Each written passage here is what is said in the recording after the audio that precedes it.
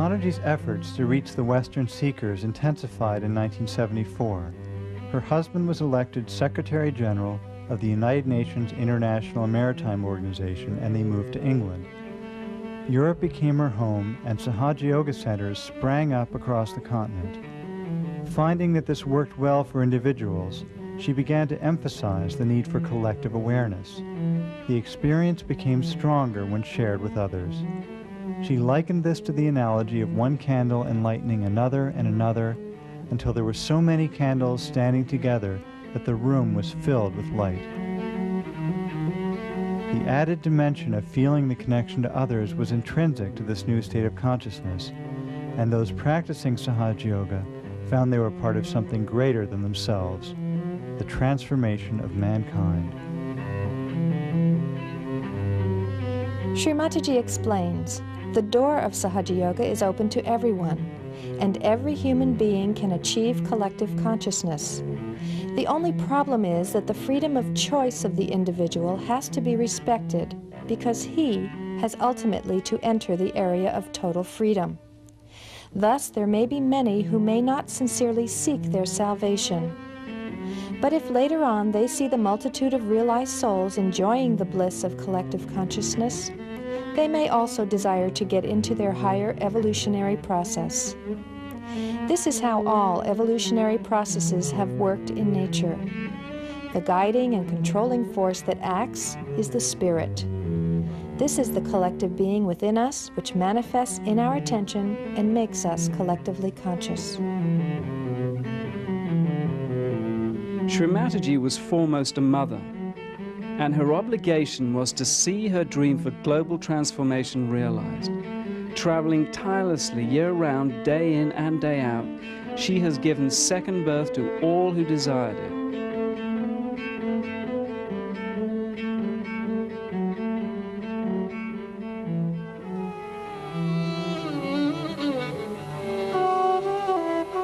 Since 1970, she has given enlightenment en masse in over 65 countries around the world, from Russia to Australia.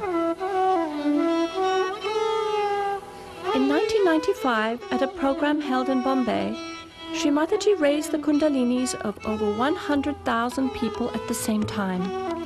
People overflowed from the hall and sat in the streets. Unable to hear the lecture, they simply held out their hands and felt the joy. Programs of similar magnitude have become common throughout Russia and Eastern Europe. Shri Mataji's name has become a household word for many Russian families, and programs must be held in football stadiums to accommodate all those who ardently desire their spiritual fulfillment. They recognize that she is the great mother who has come to comfort them.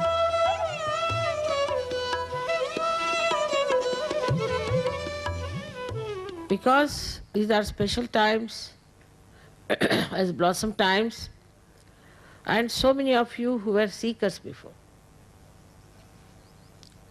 seeking truth all over, going to Himalayas, standing on your heads, fasting, doing all kinds of renunciations and everything, now have taken birth and are normal people, householders.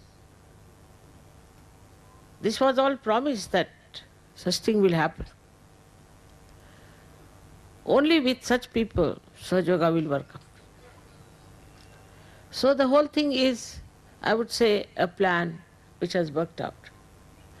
You all took your birth at this special moment.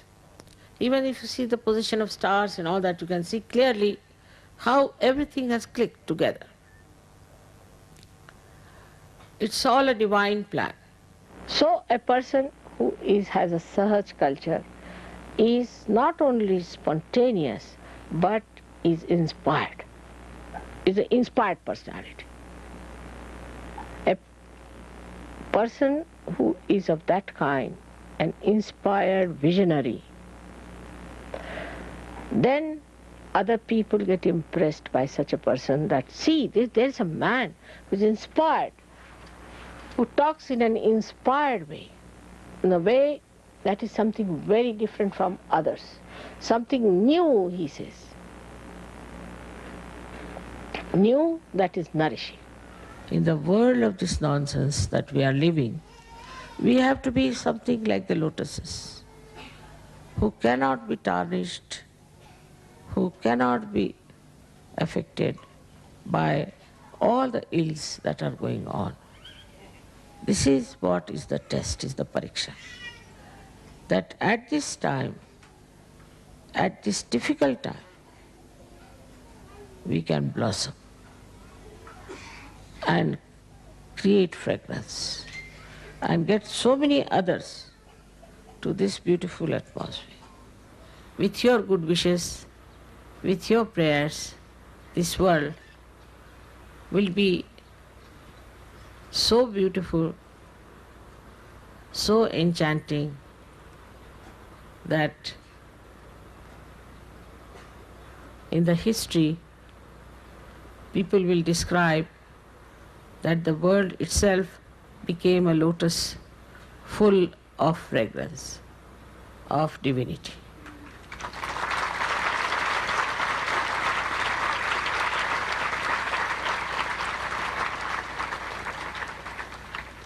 You are the petals. You are the corona. You are the color. You are the beauty. You are the pollen of that beautiful lotus, which is my vision of this world.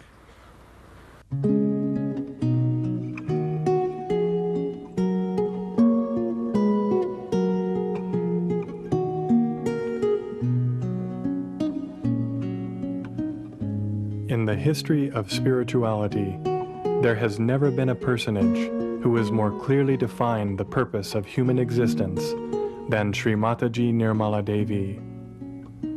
Her vision of mankind as an interwoven tapestry of many colors, cultures, and continents, all joined in what she describes as collective consciousness, is unique in that it establishes the thread which runs through all of human awareness. Shri Mataji sees us not as individuals stalking the earth in isolation, but as instruments of the divine, which when awakened through self-realization, begin to fulfill their purpose and emit love and compassion into the world. Peace must first be established in the individual, she says, and then will manifest itself over the earth. When this occurs, human beings will know themselves to be part and parcel of each other and carry the light of the Spirit in their eyes. This light will comfort and soothe others and bring about the emergence of the culture of the Spirit on earth. We will come to look upon this world in which we live as a living and breathing entity which both sustains and enriches us, and cease to exploit and destroy its bounty. All things will reach a balance because we will have realized the innate balance within ourselves through our connection to the Spirit. The complete transformation of both the inner and outer expressions of humanity are just within our grasp. We need only look within our own being to find the roots of all eternity. As each of us do this, we lay the foundation for the coming age and the great awakening which will forever alter our future course. This is the vision of Shri Mataji Nirmala Devi, a living saint for modern times.